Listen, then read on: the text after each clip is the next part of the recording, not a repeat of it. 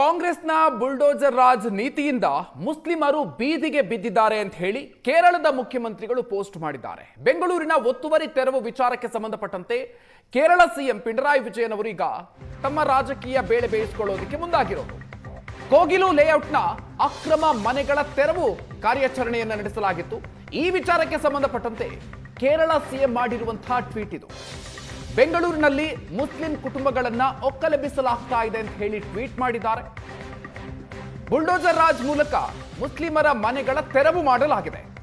ಸಂಘ ಪರಿವಾರದ ಮುಸ್ಲಿಂ ವಿರೋಧಿ ರಾಜಕಾರಣವನ್ನ ಈಗ ಕಾಂಗ್ರೆಸ್ ಮಾಡ್ತಾ ಇದೆ. ಕಾಂಗ್ರೆಸ್ನಿಂದ ಮುಸ್ಲಿಂ ವಿರೋಧಿ ರಾಜಕಾರಣ ಆಗ್ತಿದೆ ಅಂತ ಹೇಳಿ ಕೇರಳ ಸಿಎಂ ಪಿಣರಾಯಿ ವಿಜಯನ್ ಅವರು ಪೋಸ್ಟ್ ಮಾಡಿ ವಿವಾದಕ್ಕೆ ಕಾರಣ ಆಗಿದೆ. ಕ್ರೂರತೆಯ ಬಲದಿಂದ ಆಡಳಿತ ನಡೆಸಿದಾಗ ಸಂವಿಧಾನಿಕ ಮೌಲ್ಯಗಳು ಬಲಿಪಶು ಆಗುತ್ತೆ. ಈ ಕಪಟ ವಿರೋಧಿಸಲು ಜಾತ್ಯತೀತ ಶಕ್ತಿಗಳು ಒಟ್ಟಾಗಬೇಕು ಅಂತ ಪಿಣರಾಯಿ ವಿಜಯನ್ ಅವರು ಈ ಪೋಸ್ಟ್ ನಲ್ಲಿ ಉಲ್ಲೇಖ ಮಾಡಿದ್ದಾರೆ.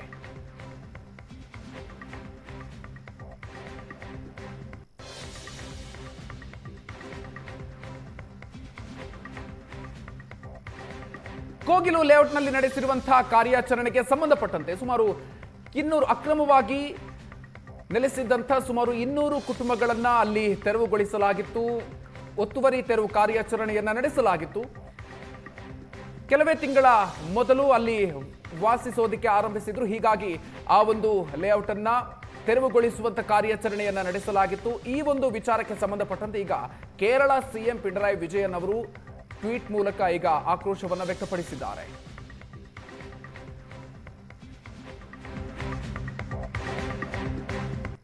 ಇನ್ನು ಕೇರಳ ಸಿಎಂ ಮಾಡಿರುವಂತ ಈ ಪೋಸ್ಟ್ ಈಗ ಸಾಕಷ್ಟು ವಿವಾದಕ್ಕೆ ಚರ್ಚೆಗೆ ಕಾರಣ ಆಗ್ತಾ ಇದೆ. ರಾಜ್ಯದ ಆಂತರಿಕ ವಿಚಾರಕ್ಕೆ ಸಂಬಂಧಪಟ್ಟಂತೆ ಕೇರಳ ಸಿಎಂ ಯಾವ ಕಾರಣಕ್ಕಾಗಿ ಈ ರೀತಿಯಾಗಿರುವಂತಹ ಪೋಸ್ಟ್ ಮಾಡಿದ್ರು? 2026ರಲ್ಲಿ ಕೇರಳದಲ್ಲಿ ಚುನಾವಣೆ ನಡೀತಾ ಇದೆ. ಕರ್ನಾಟಕದಲ್ಲಿ ಮುಸ್ಲಿಂ ಓಲೈಕೆ ಪಾಲಿಟಿಕ್ಸ್ ಅನ್ನು ಮಾಡೋದಕ್ಕೆ ಆರಂಭಿಸಿದ್ರ? ಹಾಗಾದ್ರೆ ಬೆಂಗಳೂರಿನಲ್ಲಿ ಮುಸ್ಲಿಮರ ಮನೆಗಳ ತೆರವು ವಿಷಯದಲ್ಲಿ ಕೇರಳ ಸಿಎಂ ಪಾಲಿಟಿಕ್ಸ್ ಈಗ ನಡೆಸ್ತಾ ಇರೋದು. ಯಲಹಂಕದ ಕೋಗಿಲು ಲೇಔಟ್ನಲ್ಲಿ 200 ಅಕ್ರಮ ಮನೆಗಳ ತೆರವು ವಿರುದ್ಧ ಈ ಒಂದು ತಮ್ಮ ರಾಜಕೀಯ ಬೇಳೆ ಬೇಯಿಸಿಕೊಳ್ಳುವಂತ ಪ್ರಯತ್ನ ಮಾಡ್ತಾ ಇದ್ದಾರೆ ಅನ್ನುವಂಥ ಆಕ್ರೋಶಗಳು ವ್ಯಕ್ತ ಆಗ್ತಾ ಇದೆ. ಪಿಣರಾಯಿ ಟ್ವೀಟ್ ಬೆನ್ನಲ್ಲೇ ಸ್ಥಳಕ್ಕೆ ಕೇರಳ ಎಂಪಿ ಕೂಡ ಆಗಮಿಸಿದ್ದಾರೆ. ಕೇರಳ ಎಂಪಿ ನೇತೃತ್ವದ ನಿಯೋಗ ಭೇಟಿ ಕೊಟ್ಟಿದೆ. ಕೇರಳದ ಸಿಪಿಐಎಂ ರಾಜ್ಯಸಭಾ ಸದಸ್ಯ ಎ ರಹೀಂ ಕೋಗಿಲು ಲೇಔಟ್ಗೆ ಭೇಟಿ ಕೊಟ್ಟಿದ್ದಾರೆ.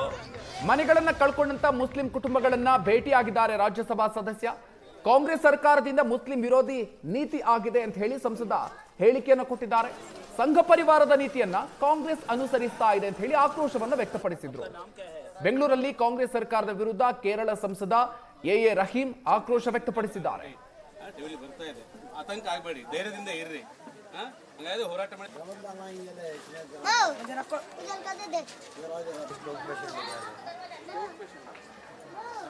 Actually, this is very quite unfortunate and unconstitutional activity has been done by the Siddaramaiah-led Congress-led government here in Karnataka. This is quite unfortunate. This is just same like the Modi Sarkar and the Yogi Adityanath government. So I would like to ask to the Congress, Siddaramaiah is a younger brother or elder brother of Yogi Adityanath. They are targeting the Muslims and Dalit people, all victims. Around 200 houses were demolished through this bulldozer raj here. We are asking for justice. We are demanding, we are seeking the government of Karnataka stop all further bulldozer raj here and give and ensure a befitting and dignified rehabilitation to them. See, actually.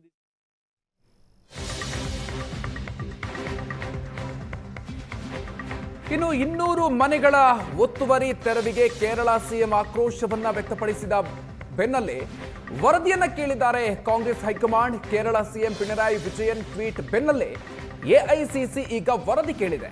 AICC ಪ್ರಧಾನ ಕಾರ್ಯದರ್ಶಿ KC Venugopal DCM DK Shivakumar ಅವರಿಗೆ ಕರೆ ಮಾಡಿ ಈ ವಿಚಾರವಾಗಿ ಈಗ ಮಾಹಿತಿಯನ್ನು ಕೇಳಿದ್ದಾರೆ. ಕೆಸಿ ವೇಣುಗೋಪಾಲ್ಗೆ ಇಡೀ ಪ್ರಕರಣದ ವಿವರಣೆಯನ್ನು ಕೊಟ್ಟಿದ್ದಾರೆ ಡಿಕೆ ಶಿವಕುಮಾರ್. ಕೋಗಿಲು ಲೇಔಟ್ನಲ್ಲಿ ವೇಸ್ಟ್ ಡಂಪ್ಗೆ 5 ಎಕರೆ ಜಾಗವನ್ನು ಮೀಸಲಿಡಲಾಗಿತ್ತು. ಜಿಬಿಎಗೆ ಸೇರಿದಂತಹ ಜಾಗದಲ್ಲಿ ಅಕ್ರಮವಾಗಿ ಒತ್ತುವರಿ ಮಾಡಿಕೊಂಡು ಅಲ್ಲಿ ಮನೆ ನಿರ್ಮಾಣ ಮಾಡಿಕೊಳ್ಳಲಾಗಿತ್ತು. ಕಾನೂನುಬದ್ಧವಾಗಿ ಒತ್ತುವರಿಯನ್ನ ತೆರವು ಮಾಡಲಾಗಿದೆ ಅಂತ ಹೇಳಿ ಡಿಕೆ ಶಿವಕುಮಾರ್ ಅವರು ಹೇಳಿದ್ದಾರೆ. ಹೈಕಮಾಂಡ್ಗೆ ಈ ಕುರಿತಾಗಿ ವರದಿ ಕೊಟ್ಟಿದ್ದಾರೆ. ಮುಸ್ಲಿಂ ಕುಟುಂಬಗಳಿಂದ ಅಕ್ರಮ ಒತ್ತುವರಿ ಆಗಿದೆ ಅನ್ನೋದನ್ನ ಹೈಕಮಾಂಡ್ಗೆ ತಿಳಿಸಿದ್ದಾರೆ. ಕಾನೂನಿನ ಪ್ರಕಾರ ನಡೆದುಕೊಂಡಿದ್ದೀವಿ ಅಂತ ಡಿಕೆ ಶಿವಕುಮಾರ್ ರಿಪೋರ್ಟ್ ಕೊಟ್ಟಿದ್ದಾರೆ ಹೈಕಮಾಂಡ್ಗೆ. ತೆರವಾದಂತಹ ಮನೆಗಳ ನಿವಾಸಿಗಳಿಗೆ ಪುನರ್ವಸತಿಗೆ ರಾಜ್ಯ ಸರ್ಕಾರ ಮುಂದಾಗಿದೆ. 140 ಮನೆಗಳ ತೆರವು ಮಾಡಿತ್ತು ಸರ್ಕಾರ, ಈಗ ಪುನರ್ವಸತಿಗೆ ಮುಂದಾಗಿದೆ.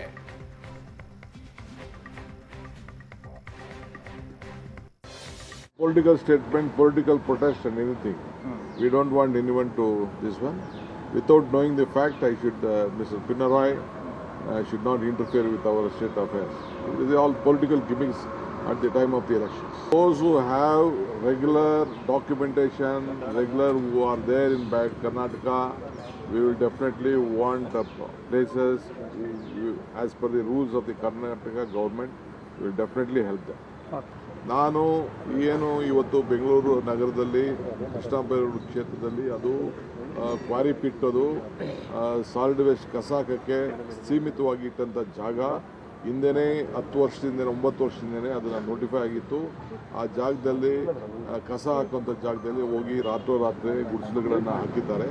ಅದನ್ನು ತೆರವು ಹಾಕಲಿಕ್ಕೆ ನಾವೆಲ್ಲ ನಮ್ಮ ಸ್ಥಳೀಯ ಮುಖಂಡರ ಹತ್ರ, ಶಾಸಕರ ಹತ್ರ ಚರ್ಚೆ ಮಾಡಿ ಅದನ್ನು ಖಾಲಿಗೊಳಿಸಿ ಅದನ್ನು ಸರಿಯಾದ ರೀತಿಯಲ್ಲಿ ಉಪಯೋಗ ಮಾಡಿಕೊಳ್ಳಲಿಕ್ಕೆ ಆದೇಶವನ್ನು ಮಾಡಿದ್ದಾರೆ. ಆ ಕೆಲಸವನ್ನು ನಾವು ಮಾಡ್ತಾ ಇದ್ದೇವೆ. ಯಾರಿಗೂ ಕೂಡ ತೊಂದರೆ ಕೊಡಬೇಕು ಅನ್ನೋದಿಷ್ಟಿಲ್ಲ. ಯಾರು ಅರ್ಹರಿದ್ದಾರೆ ಅವರೆಲ್ಲರೂ ಕೂಡ ನಾವು ಬೇರೆ ಕಡೆ ರಿಹ್ಯಾಬಿಟೇಷನ್ ಮಾಡೋಂಥ ಕೆಲಸವನ್ನು ನಾವು ಮಾಡ್ತೇವೆ. ಈಗ ಅವ್ರಿಗೆ ಎಲೆಕ್ಷನ್ ಬಂದಿದೆ ಅಲ್ಲ, ಅದಕ್ಕೆ ಹಂಗೆ ಹೇಳ್ತಾರೆ ಅವರು. ಸೊ ಕಾಂಗ್ರೆಸ್ಸಿನ ಇತಿಹಾಸ ಇದೆ. ಕಾಂಗ್ರೆಸ್ಸು ಯಾರಿಗೆ ಅಪೀಸ್ಮೆಂಟ್ ಆಗಿರಲಿ ಅಥವಾ ಯಾರು ವಿರೋಧವಾಗಿ ಮಾಡ್ತಕ್ಕಂಥದ್ದಲ್ಲ. ಕಾಂಗ್ರೆಸ್ಸಿನ ಇತಿಹಾಸ ಇಡೀ ದೇಶದ ಇತಿಹಾಸ ನಿಮಗೆ ಗೊತ್ತಿದೆ. ಎಲ್ಲ ಸಮಾಜದವ್ರನಿಗೆ ಒಡ್ಡುಗೂಡಿಸಿ ಹೋಗ್ತಕ್ಕಂಥದ್ದು ಐಡಿಯಾಲಜಿಲಿ ಇರ್ತಕ್ಕಂಥ ಕಾಂಗ್ರೆಸ್ ಪಕ್ಷ. ಸೊ ಯಾರಿಗೆ ಪರ ಆಗಲಿ ವಿರೋಧ ಮಾಡೋಕ್ಕೆ ಹೋಗೋದಿಲ್ಲ ನಾವು. ಅವ್ರಿಗೆ ಈಗ ಎಲೆಕ್ಷನ್ ಹತ್ರ ಬಂದೈತೆ, ಅದಕ್ಕೆ ಮುಖ್ಯಮಂತ್ರಿ ಆ ರೀತಿ ಮಾತನಾಡ್ತಾರೆ. ಅವರೇನೇ ಹೇಳಿ ನಾವು ನಮ್ಮ ಕಾನೂನು ಪ್ರಕಾರ ನಾವು ಮಾಡಿದ್ದೀವಿ. ಮೊನ್ನೆ ತಾನೇ ಅಲ್ಲಿ ಒಬ್ಬ ದಲಿತಿಗೆ ಯುವಕರಿಗೆ ಅಲ್ಲಿ ಹಾಡಾಗಲೇ ಹೊಡೆದಿದ್ದಾರೆ, ಲಿಂಚಿಂಗ್ ಆಗಿದೆ. ಅದ್ರ ಬಗ್ಗೆ ಹೇಳಿ. ನಮ್ಮ ರಾಜ್ಯ ತಗೊಂಡು ಏನು ಮಾಡಿದ್ವಿ, ನಾವೇನಿದ್ರು ಕಾನೂನು ಪರವಾಗೇ ನಾವು ಮಾಡಬೇಕಾಗುತ್ತೆ. ಕಾನೂನು ಬಿಟ್ಟು ಯಾರೂ ಏನೂ ಮಾಡಲಿಕ್ಕಾಗೋದಿಲ್ಲ.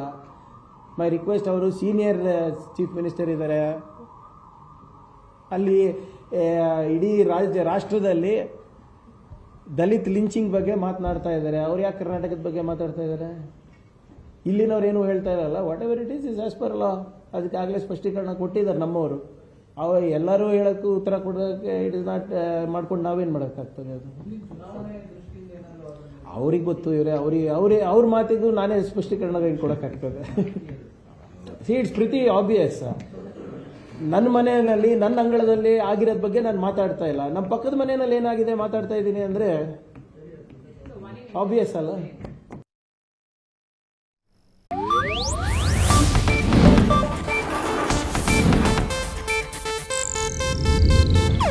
ಇದು ಏಷ್ಯಾನೆಟ್ ನ್ಯೂಸ್ ನೆಟ್ವರ್ಕ್ ಪ್ರಸ್ತುತಿ.